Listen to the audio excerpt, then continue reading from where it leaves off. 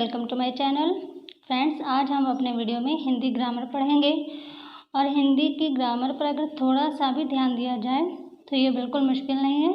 मैं आपको बहुत इजी वे में समझाऊंगी तो बहुत ही आसानी से समझ में आ जाएगा। फ्रेंड्स, अगर आपको मेरा वीडियो थोड़ा सा भी हेल्पफुल लगे तो प्लीज़ मेरे वीडियो को लाइक और शेयर कर दीजिए और हमारे चैनल को प्लीज़ सब्सक्राइब कर दीजिए। तो चलिए वीडियो स्टार्ट करते हैं। सबसे पहले हम पढ़ेंगे वर्ण विचार, और वर्ण के बारे में जानेंगे तो इससे पहले ध्वनि को जान लेते हैं। तो मानव के मुंह से जो भी ध्वनि निकली तो उसको उन्होंने एक सिंबल या साइन के रूप में इंडिकेट किया।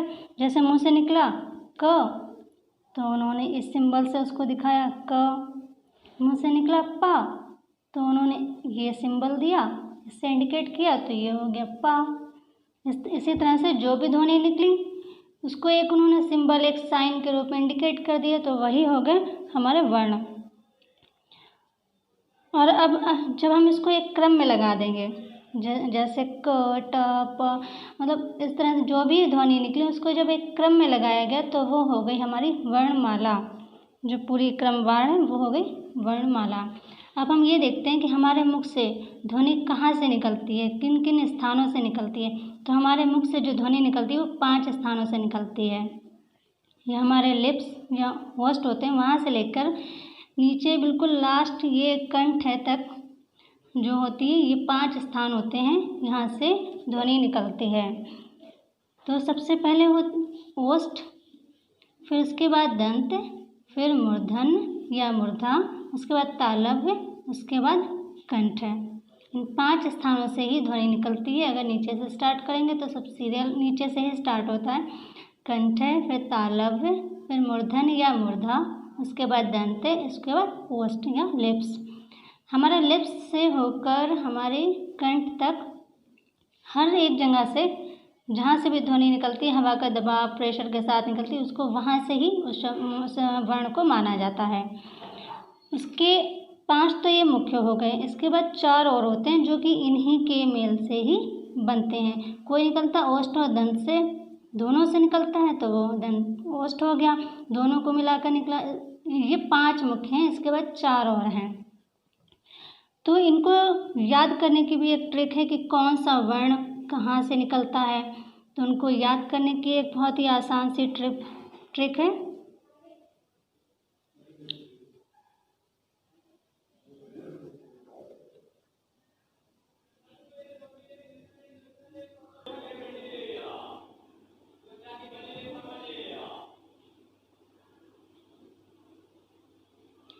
तो ये जो है कौन सा वर्ण हमारे मुख से कहाँ से निकलता है, इसको याद करने के लिए ये एक ट्रिक है। क, च, ट, त, प, कचट तप। इस ट्रिक को याद कर लें तो बहुत ही आसानी से। अब कैसे, अब हमें कंठे को सबसे पहले याद करना है, क्योंकि नीचे से स्टार्ट करते हैं कंठे। तो अब हम देखते हैं, स्टार्ट करते हैं। यहाँ पर कंठे से स्टार्ट करेंगे। कंठ से कौन कौन से वर्ण निकलते हैं? तो कंठ से जो वर्ण निकलते हैं, तो अभी हमने देखा क, च, ट, त, प। इस ट्रिक से हम देखेंगे तो सबसे पहले क्या आया, का। कंठ से जो का वर्ण वाली लाइन होती है, वर्णमाला देखी आपने, क, ख, ग, घ। तो का वाली जो लाइन होती है, का वर्ण, का वर्ग जो होता है, उस का वर्ग में जो 4 अक्षर हैं शुरू के, वो चारों कंठ से निकलते हैं। जैसे क, ख, ग, घ। ये कहाँ से निकले? कंठ से निकले। फिर उसके बाद आता है तालव्य।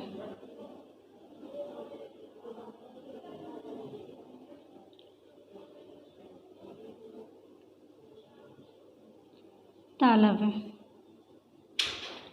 अब तालव्य, उसके बाद का के बाद क्या है, च, यानी चा वर्ग जो है वह तालव्य से निकलता है। चा वर्ग में कौन से आते हैं? च, छ, ज और झ। ये सारे निकलेंगे तालव्य से। उसके बाद आता है मूर्धन्य या मूर्धा। तो मूर्धा से कौन से निकलेंगे? अब का भी हो गया, चा भी हो गया, अब कौन सा है? ट। अब ट वर्ग के जो अक्षर हैं, वर्ण हैं, वो मूर्धन से या मूर्धा से निकलते हैं। कौन सा आया? ट, ठ, ड और ठ। ये मूर्धन से या मूर्धा से निकलेंगे। इसके बाद क्या आया? दंत। दंत यहाँ से कौन से निकलेंगे? अब क्या? ये ता वर्ग।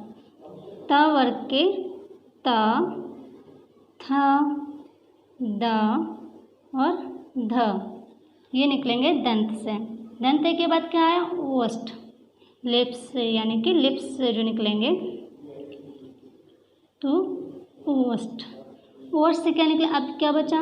हमारा ता भी हो गया, ये भी सारे हो गए। अब क्या बचा? प बचा। ये निकलेंगे हमारे ओष्ठ से। प, फ, ब, भ ये हो गए ओष्ठ से निकलेंगे। ठीक है, ये हो गए 1 2 3 4 5। ये 5 जो मुख्य स्थान है जहाँ से ध्वनि निकलती है, तो ये मुख्य स्थान जो 5 है वो हो गए। अब इसके बाद आते हैं हम नासिक। जो नाक से जो हवा के प्रेशर के साथ जो ध्वनि निकलती है उसको नासिक कहते हैं। तो लिखते हैं नासिक। नासिक से क्या निकलते हैं? अच्छा देखिए, यहाँ हमने 4 लिखे हैं, क ख ग घ, जबकि एक वर्ग में 5 अक्षर होते हैं। तो ये पंचम अक्षर जो हैं सभी के जो यहाँ आते हैं, क ख ग घ मा चा छा जा जा यहाँ, तो टा टा डा, ये ऐसे पापा बाबा माँ, जो ये 5वां अक्षर होता है, ये पंचम अक्षर जितने भी हैं हर वर्ग का पंचम अक्षर नासिक के से निकलता है। तो यहाँ लिख दे रहे हैं पंचम अक्षर। पंचम अक्षर, ठीक है, प्रत्येक वर्ग का।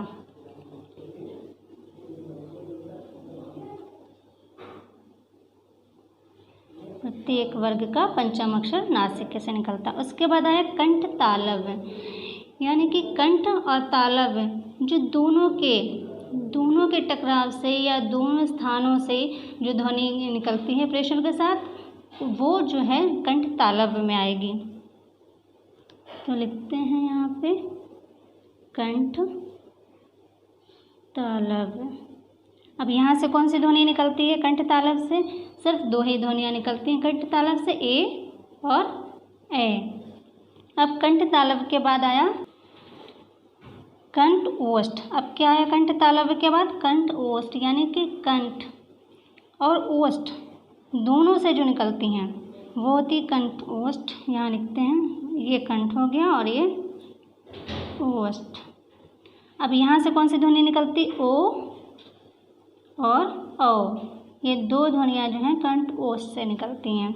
इसके बाद आया दंत ओष्ठ, यानी हमारे दांत और होठ यानी लिप्स से जो टकराव से निकलती है ध्वनि उसको दंत ओष्ठ। दंत ओष्ठ। यहाँ से कौन सी ध्वनि निकलती है? यहाँ से केवल एक ही अक्षर निकलता है, एक ही वर्ड निकलता है, द। ठीक है, अब एक बात और देखिए कि अभी और भी बचे हैं ना, स्वर बचे हैं हमारे, तो वो स्वर भी इन्हीं में ऐड होंगे। कैसे? कंठ से कौन से स्वर निकलते हैं? कंठ से हमारे स्वर निकलते हैं अ, छोटा आ जिसको बोलते हैं, फिर निकलता है आ जो बड़ा आ बोलते हैं जिसको, और निकलता है हा, ये व्यंजन का भी एक इसमें आता है हा, और विसर्ग भी इसी में आता है। ये जो विसर्ग होता है ये भी कंठ से निकलता है। तो कंठ से क्या क्या निकला? का वर्ग का पूरा 4 अक्षर निकले, फिर आ, हा और विसर्ग, ये जिसको आ बोलते हैं, तो ये भी हमारा कंठ से निकला। इसके बाद तालव्य में कौन से आते हैं? चा वर्ग पूरा आया, चा छा जा जा, और इसके बाद आता है ई, छोटा ई, बड़ा ई, और या और शा। ये भी ये जो हैं सभी तालव्य से निकलते हैं। इसको भी बहुत आसान है, ई हो गया, ये दोनों ई में आ गए, और ये यश हो गया, ई यश। यश, आप यश कहेंगे तो बड़ी आसानी से याद हो जाएगा। तालव्य में चा वर्ग पूरा और यश, याद तो थोड़ा सा करना ही पड़ेगा। तो यश बोलेंगे जब तालव्य में पूरा आपका कवर हो जाएगा। तालव्य से कौन सी ध्वनियाँ निकलती हैं। अब आते हैं मूर्धा या मूर्धन्य में। तो मूर्धा या मूर्धन्य से निकलते हैं री, ये वाला ऋषि वाला, और निकलता है रा, और निकलता है ये वाली सा। ये भी याद करना बहुत आसान है। ऋषि लिखते हैं हम, ऋषि वन में बैठा, तो री से और ये दोनों आते हैं और बीच में रा भी है, तो ये याद हो जाएगा। ये निकलते हैं मूर्धन्य से या मूर्धा से। उसके बाद दंत से ल और सा, ये निकलते हैं दंत से। अब ओष्ठ से निकलता है, एक तो पा वर्ग पूरा निकलता है और ऊ, ये निकले, ये भी ओष्ठ से निकलते हैं, ठीक है। और नासिक में पंचम अक्षर जो आ गए यहाँ के, पंचम अक्षर प्रत्येक वर्ग का, वो कंठ तालव में ए आ गया, कंठोष्ठ में ओ, दंतोष्ठ में ड आ गया। अब हम देखते हैं स्वर, क्योंकि वर्ण तो हमारा कवर हो गया, वर्ण में ऐसा कुछ है नहीं। वर्ण कितने हैं ये अभी हम बताएंगे आपको पूरा, जब ये स्वर पढ़ेंगे तब हम बताते हैं आपको पूरा। और वर्ण में ध्वनियाँ हैं ये बता दिया है कहाँ से। अब हम स्वर पढ़ते हैं, यानी कि वॉवेल। स्वर कितने हैं? स्वर 11 हैं। कितने हैं स्वर? 11। कौन कौन से हैं स्वर 11? आ, बड़ा आ, छोटी ई, बड़ा ई, छोटा ऊ, बड़ा ऊ, और री नहीं है, याद रखें, क्योंकि री जो है संस्कृत में आती है, इसका यूज़ संस्कृत में होता है, तो इसका यूज़ इसमें नहीं होगा। इसके बाद आएगा ए, इसके बाद आएगा ए, फिर ओ, फिर औ। ये जो हैं ये कितने स्वर हो गए? 10 हो गए। 11वां स्वर रे जो है उसका यूज़ संस्कृत में होता है, तो स्वर तो 11 हैं, लेकिन रे का यूज़ जो है संस्कृत में होता है या तत्सम शब्दों में होता है, ठीक। और मात्राएं कितनी होती हैं? मात्राएं केवल 10 होती हैं। मात्रा केवल कितनी होती हैं? 10।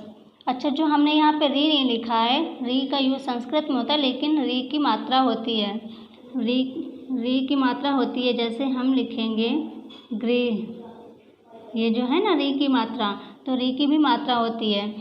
तो मात्राएं कितनी हो गई? 10। अब इनमें से कौन सा वर्ण ऐसा है जिसकी मात्रा नहीं होती? तो आ की कोई मात्रा नहीं थी। जैसे हम लिखेंगे का, तो हमने तो का लिखा, इसमें अगर हम इसकी तो कोई मात्रा नहीं लगाई ना हमने, अगर हम ये मात्रा लगाएंगे तो ये तो आ की मात्रा हो गई, तो आ की। कहीं भी इसको हम ई कर देंगे, इसको छोटू ऊ की भी इसमें लग सकती है, बड़ू की लग सकती है, ए की, ओ की, हर लग सकती है, पर आ की नहीं लगती, मात्रा आ की नहीं होती है, और सभी की मात्रा होती है। तो मात्राएं कितनी होती हैं? 10। स्वर 11 होते हैं। री का यूज़ संस्कृत में होता है, लेकिन री मात्रा में आती है, क्योंकि मात्रा होती है री की। तो मात्राएं हो गई 10, स्वर हो गए 11, और री का यूज़ होता है संस्कृत में। इतना आपका कवर हो गया, ये याद रख लीजिएगा, लिख दे रहे हैं। स्वर होते हैं 11 और मात्रा होती हैं 10, ये याद रखिएगा। आ की मात्रा नहीं होती, ठीक है। इतना स्वर 11 होते हैं, मात्रा 10 होती है, ये याद रखें। अब इसका हम डिवीज़न पढ़ेंगे, मतलब इसके जो है हम प्रकार पढ़ेंगे, स्वर के प्रकार। तो स्वर कितने होते हैं? स्वर कितने होते हैं? 2। वैसे तो 3 होते हैं, प्रोत स्वर भी आता है, लेकिन उसका यूज़ बहुत कम है, पढ़ेंगे बताएंगे उसको अभी। अभी हम देखते हैं मूल स्वर। सबसे पहले मूल स्वर या हरेश्व स्वर, इसको हरेश्व स्वर भी कहते हैं, इसको हरेश्व स्वर भी कहते हैं, मूल स्वर या हरेश्व स्वर। तो इनमें कौन से आते हैं वर्ण? स्वर जो हैं 3 प्रकार के होते हैं, मूल स्वर या हरेश्व स्वर, दीर्घ स्वर और प्लुत स्वर। प्लुत स्वर बहुत कम जगह ही यूज़ होता है, मूल स्वर और दीर्घ स्वर का ही यूज़ ज़्यादा है। तो मूल स्वर को ही हरेश्व स्वर कहते हैं, हरेश्व स्वर को ही मूल स्वर कहते हैं, ये बात याद रखिएगा, इसमें कन्फ्यूज़न नहीं होना है बिल्कुल भी। तो इसमें आते हैं छोटा वाला आ, जिसको आ बोलते हैं, और छोटी ई, जिसको बोलने में दिक्कत ना हो, बिल्कुल भी बहुत ही आसानी से, जिसको कोई भी बाधा ना आए, कोई भी रुकावट ना हो बोलने में, जिस ध्वनि को, उसे कहते हैं हम हरेश्व स्वर या मूल स्वर। तो इसमें आ जाएंगे अ, ई, उ, और इसमें री भी आती है। ये कितने हो गए? 4। मूल स्वर या हर्ष स्वर कितने हो गए? 4। अब हम आते हैं दीर्घ स्वर में। दीर्घ स्वर, तो दीर्घ स्वर में वो वर्ण आते हैं जिनको बोलने में हमें थोड़ा सा टाइम लगता है, जिसको बोलने में थोड़ी सी रुकावट होती है और जिसको खींच कर बोलते हैं उसको हम दीर्घ स्वर में लेते हैं। जैसे कि आ, फिर आता ई, फिर आता है ऊ, ए, ओ और औ। देखिए सभी खींच कर बोले गए और ये मूल स्वर जो हर्ष स्वर होते हैं कितनी आसानी से अ, ई, उ इस तरह से निकलते हैं और दीर्घ स्वर निकलते हैं थोड़ा सा रुकावट होती है जिनमें ये थोड़ा टाइम लगता है, वो दीर्घ स्वर होते हैं। जैसे ये होगा, इनकी संख्या कितनी है?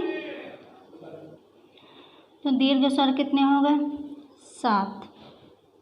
7 दीर्घ स्वर हो गए। मूल स्वर या हर्ष स्वर 4, दीर्घ स्वर हो गए 7। ठीक है, तो 7 4 कितने हो गए? 11। 11 स्वर हो गए हमारे। ठीक है, अब एक क्या बचा? प्लुत स्वर बचा। अब हम प्लुत स्वर को भी देख लेते हैं।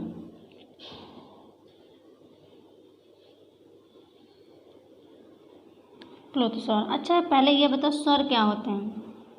स्वर वो ध्वनि हैं जिनको बोलते हुए रुकावट नहीं होती। ठीक है, एक अगर कभी आए तो ये ध्यान रखिए, स्वर किसको कहते हैं? स्वर वो ध्वनि हैं जिनको बोलते हुए बिल्कुल रुकावट नहीं होती, वह स्वर होते हैं। अब हम प्लुत स्वर देख लेते हैं। प्लुत स्वर ये इतना इम्पोर्टेंट नहीं है, आता भी नहीं है, लेकिन चलिए फिर भी देख लेते हैं। प्लुत स्वर, इसको बोलने में अगर हमें 2 मात्राओं का या उससे ज़्यादा का समय लगा हो तो वो जो होता है वर्ण वो प्लुत स्वर में आता है। जिस वर्ण को बोलने में हमें या जिस वर्ड को बोलने में हमें 2 मात्राओं का या उससे ज़्यादा का समय लगता है तो उसे प्लुत स्वर कहते हैं और इसको इस सिंबल से दिखाते हैं। ठीक है, ये जो सिंबल होता है इससे दिखाते हैं। ये दीर्घ का सिंबल है, यानी कि दीर्घ में वैसे भी खींचने वाली ही 2 मात्राओं का, और प्लुत स्वर में भी यही है कि अगर हम किसी भी वर्ड को बोलने में 2 मात्राओं से ज़्यादा का हमें समय लगता है तो उसे हम प्लुत स्वर कहते हैं। यहाँ पे लिख लें।